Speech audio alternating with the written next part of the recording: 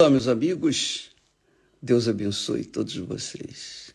Abençoa você e a sua família, seus vizinhos, seus amigos, todas as pessoas que estão envolvidas com você sejam abençoadas. Abençoadas, assim, no sentido de que venham conseguir entender, receber a revelação de Deus, a revelação do Espírito Santo na sua mente, no seu intelecto, no seu racional, na sua inteligência. Você vem aprender a viver a vida que Jesus promete aos que creem nele. Eu estava falando com uma pessoa sobre a situação. Ela estava me contando o problema dela e eu disse, olha, preste atenção, você ouve todo mundo, você ouve os médicos, você ouve a ciência, você ouve os amigos, você ouve os parentes, você ouve todo mundo e sem querer, querendo, você acaba ouvindo o diabo também. O único problema seu é que você não tem ouvidos para ouvir a voz de Deus. Você não tem tido ouvidos para ouvi-lo. E por isso você sofre, você geme. Você está urrando de dor por conta desses problemas. Você não ouve a voz de Deus. Então, quando uma pessoa tem o discernimento, tem o entendimento de que é preciso ouvir a voz de Deus, porque a voz de Deus é vida, é espírito, é vida, é eternidade. Ele diz, a palavra que sair da minha boca, de forma nenhuma voltará para mim vazia. Então, a palavra dele traz o resultado, faz acontecer. É isso aí. Quando Deus fala, acontece. Mas é preciso que a pessoa que queira ser abençoada por ele, ouça e obedeça a essa voz. Só isso. Só isso. É claro que você, para ouvir, você não, todos nós, para ouvirmos a voz de Deus e obedecermos, nós temos que sacrificar a voz deste mundo, as vozes deste mundo, as vozes das outras pessoas, e focar o pensamento na voz de Deus. Olha só, o apóstolo Paulo estava falando sobre a ressurreição. Ele disse, todos ressuscitaremos, tanto os justos quanto os injustos.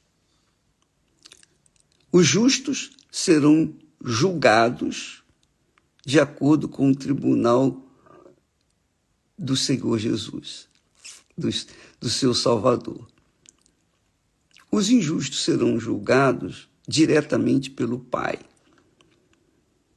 Então, todos os justos terão o próprio juiz como seu advogado, que é Jesus.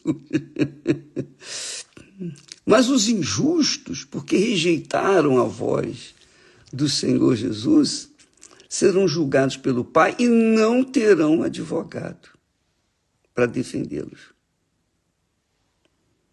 Então, Paulo, falando sobre esse assunto, ele diz assim, olha, eu não tenho alcançado, eu não alcancei a salvação eterna. Mas eu prossigo lutando para alcançar aquilo para o que fui também ligado, preso pelo Senhor Jesus Cristo.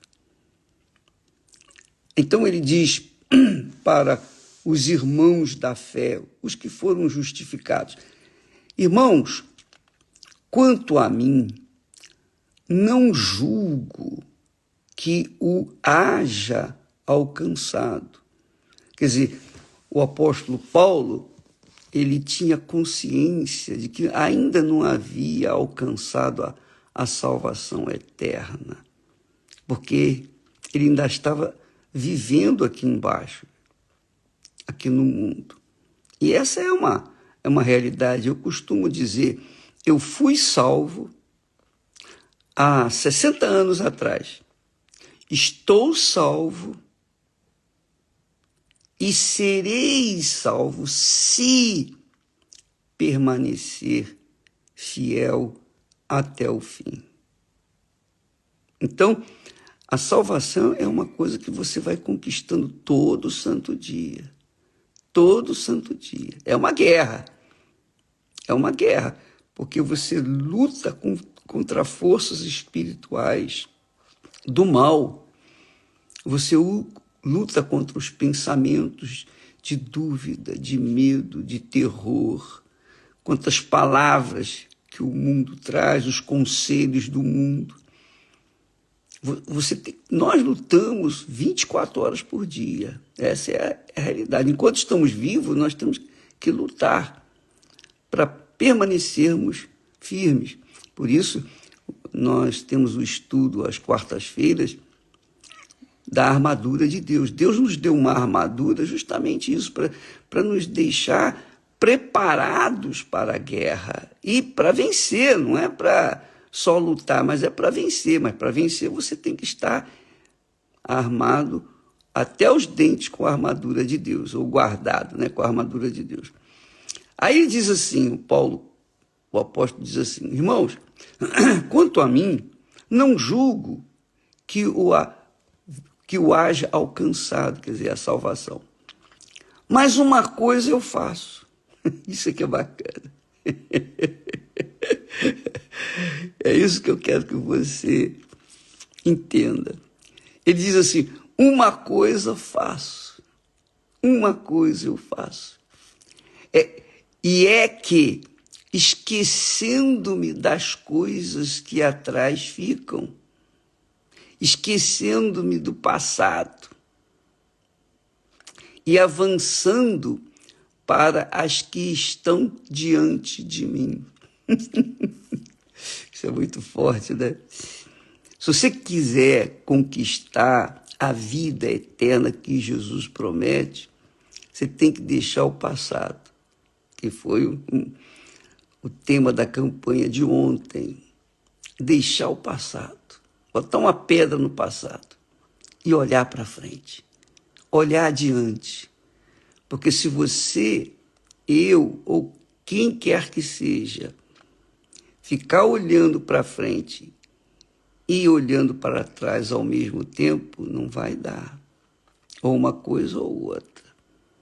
Quando a gente olha para frente, então nós vemos o que está à nossa frente. Mas quando olhamos para trás, pensamos e vivenciamos o passado que foi triste, que foi amargurado, que foi, enfim. Então a gente não pode ficar olhando para trás, a gente não pode ficar recordando o passado triste. Claro, o passado alegre, eu gosto de lembrar. Não tenho dúvida.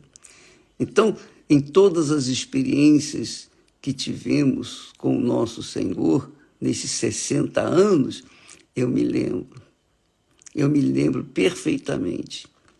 Algumas que não me saem da cabeça. E isso me anima. A gente, quando olha para trás, olha pelo que Ele fez lá atrás. E que Ele, como Ele fez lá atrás, Ele faz hoje e fará no futuro. Então a gente não fica olhando para trás, até porque se você anda olhando para trás, você vai dar com a cabeça no poste. Não tenho dúvida disso, você vai se arrebentar. E outra coisa, é que quando ele diz, uma coisa faço, e é que, esquecendo-me das coisas que atrás ficam, esquecemos do que não prestou, do que não presta, memórias horríveis, esquecendo-me das coisas que atrás ficam e avançando para as que estão diante de mim, quer dizer, dando passos, mas focado no futuro. Então eu prossigo para o alvo. Eu prossigo para o alvo. Qual é o alvo? O alvo é a salvação. É entrar pela porta estreita, apertado, andar pelo caminho estreito, e a porta é bem estreita. Prossigo para o alvo, pelo prêmio, olha só, o prêmio da soberana vocação de Deus em Cristo Jesus. Qual é a soberana vocação de Deus para todos nós? É a salvação. Por isso Jesus veio. Ele veio por todos e para todos. Ele veio por todos e para todos. Todos, todos, todos. Bons e maus, feios e bonitos. Ele veio para todos. Católicos, espíritas, palestinos, judeus, árabes. Ele veio para os que creem, ele veio para os que não creem, ele veio para todos. Obviamente, ele só pode ajudar aqueles que creem nele, que acreditam nele. Se você vai num médico, o médico lhe dá uma receita e você não crê no médico, você não vai obedecer a receita. É ou não é? Mas se você crê no médico, você acredita no médico, então você vai seguir rigorosamente o que ele ensina, ou aconselha. Então, assim é Deus. Você não precisa, nós não precisamos ver Deus, sentir Deus, tocar em Deus, não. A palavra dele é suficiente. Se a gente crê na palavra dele, a gente obedece. Se a gente não crê, a gente não obedece. Então você é uma pessoa que crê ou não crê, que acredita ou não acredita. Você é uma pessoa assim. Eu sou assim. Todos nós somos assim. Ou um ou outro. Não existe meio termo. Ou é ou não é. Ou é ou não é. Não é assim que você gosta.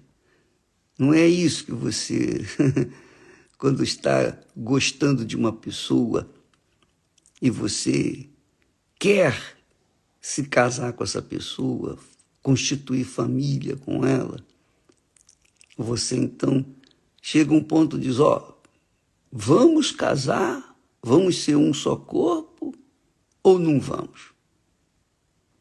E se ele estiver pensando, ou ela estiver pensando, vou pensar, não vai acontecer nada.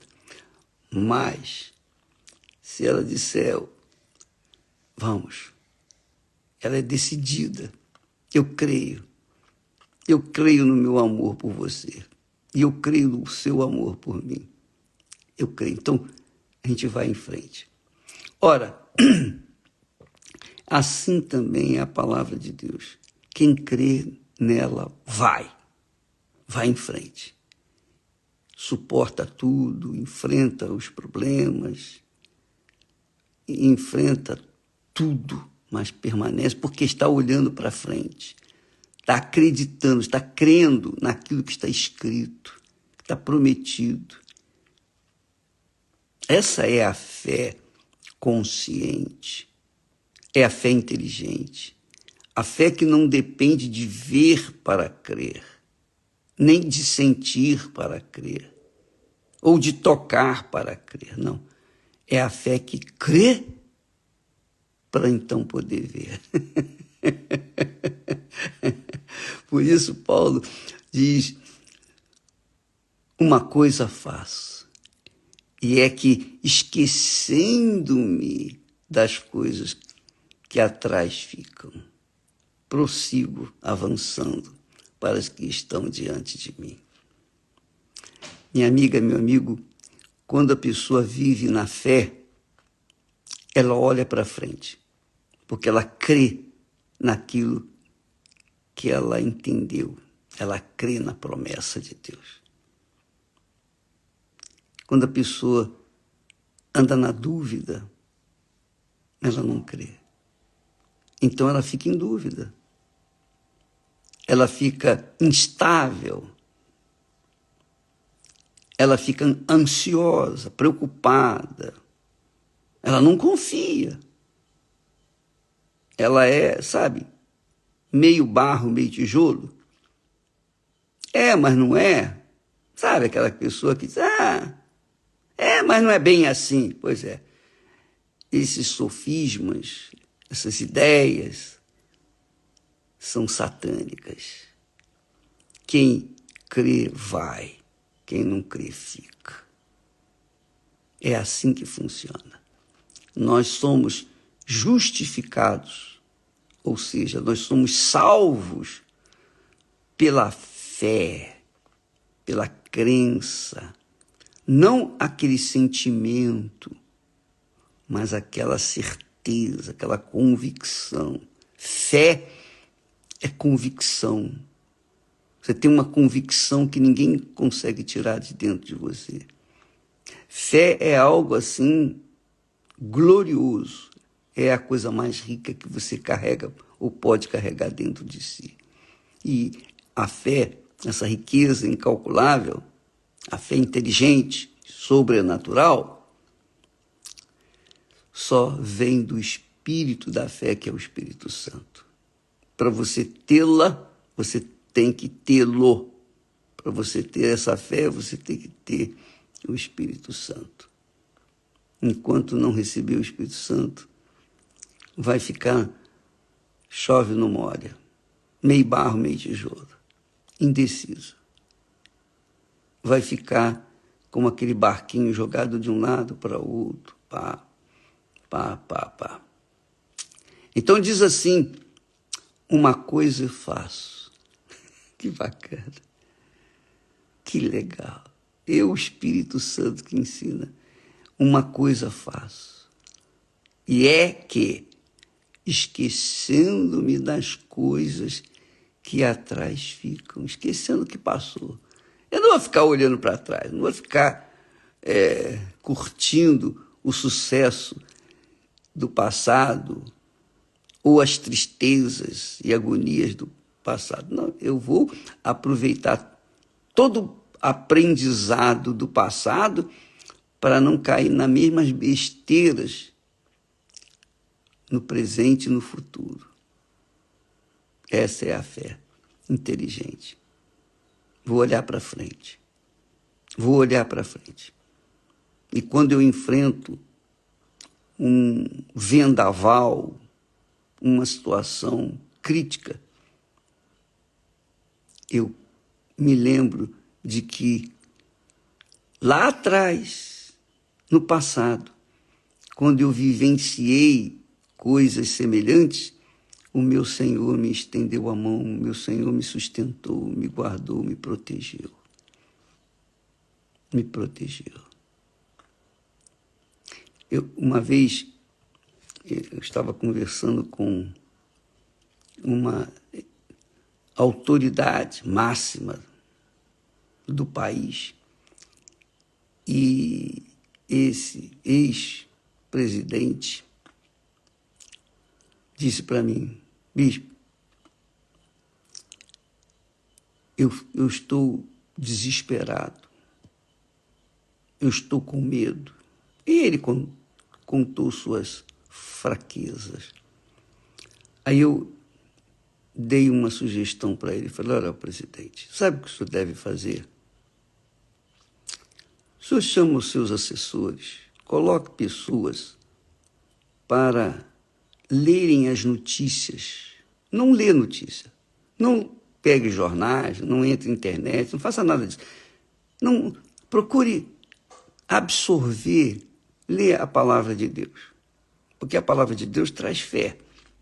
E a palavra deste mundo, dos jornais, da internet, as redes sociais só trazem farofa de areia. Não faça isso, deixe os outros lerem.